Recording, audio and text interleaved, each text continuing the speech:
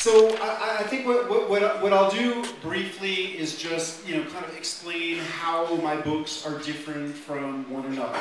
And actually I see that there's something that's not even a book. That was me before I grew this facial hair configuration on the DVD. But I mean, this is where, this was the first book. This was published in 2003. Basically, I first started playing around with fermentation in 1993. In 1999, I had my first opportunity to teach a sauerkraut making workshop. That was an annual event for a couple of years, and then in the summer of 2001, I went and spent the summer in Maine. And so I was missing this annual event where I was teaching a sauerkraut making workshop. And I felt so sad about that that I decided to write down my fermentation recipes. And I made a little self-published zine that was called Wild Fermentation with a slightly different subtitle. It was Wild Fermentation, a do-it-yourself guide to cultural manipulation. And I Xeroxed 100 copies of that, and I very rapidly realized the limitations of self-publishing.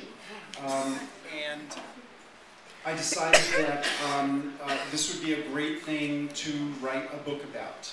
And I had, you know, kind of a very atypical publishing experience where I did an internet search looking for small independent publishers because I had an idea that Random House wasn't going to be the place to publish my book. And I surveyed a list of publishers with like a one-sentence description of keywords of what they did, and I picked out Chelsea Green as the right publisher for me.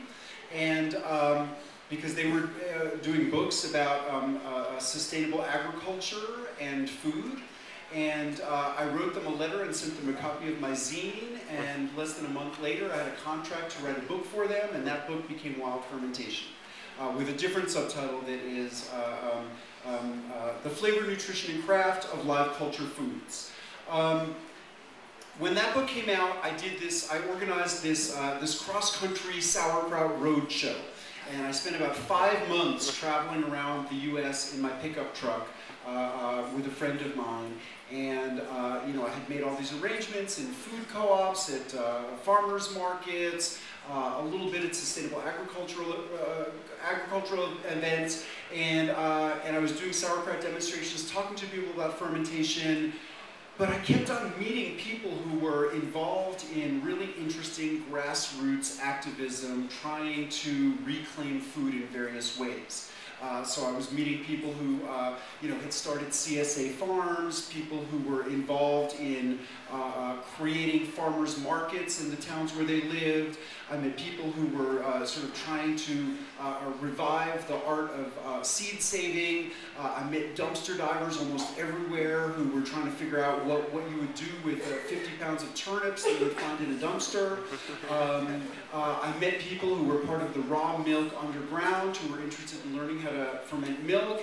And basically I was very inspired by all of these you know, disparate forms of food activism that seemed, you know, interconnected to me. And when I got home, I got inspired to write a book that became The Revolution Will Not Be Microwaved, Inside America's Underground Food Movements, which is not just about underground food movements. And I have a certain amount of I don't want to say regret, but you know, sort of self-criticism about the book being called "The Revolution Will Not Be Microwaved," because I mean, as much as, you know, in our, you know, current historical context, reclaiming our food perhaps is a revolutionary activity. I mean, really, in the scheme of things, it is incredibly conservative. You know, to want to produce food and reclaim you know, food and basically make food the way it always has been made, rather than the way that it's just been made for a couple of generations. But anyway, be that as it may, you know, the book is called The Revolution Will Not Be Microwaved, and it's a book about different forms of grassroots food activism. You know, the book tour that I took in 2003 when Wild Fermentation came out kind of has not ended since then, and my life has become, you know, if not a permanent, a periodic book tour. And you know, as we saw this evening, people have a lot of questions about fermentation, and you know, pretty much, you know, I have traveled and taught every year since then. You know, I've been in about 3/4 of the states of the U.S. You know, I've traveled in a lot of the rest of the English-speaking world, and there's a huge demand for learning about fermentation, and really just talking to so many people, hearing the stories of, you know, what people's grandparents did, ferments that people missed from the old country that they came from. Answering people's questions about what happened when they started fermenting something that wasn't exactly what they expected, doing research based on trying to answer those questions, answering troubleshooting questions via my website, which is wildfermentation.com. Just over those years of teaching, I have learned a lot more about fermentation, and I found myself repeatedly saying to people, well, I don't really do it the way I described in Wild Fermentation, you know, I do it this way. And anyway, at a certain point, I decided it was time for me to write a more comprehensive book about fermentation, and that is my newer book, which is The Art of Fermentation. You know, also I do all this teaching, and at some point my publisher, Chelsea Green, approached me and asked me if they could film a workshop and produce like a video of one of my fermentation workshops, and that's that DVD fermentation workshop. So so that is the array of published products that we have here today.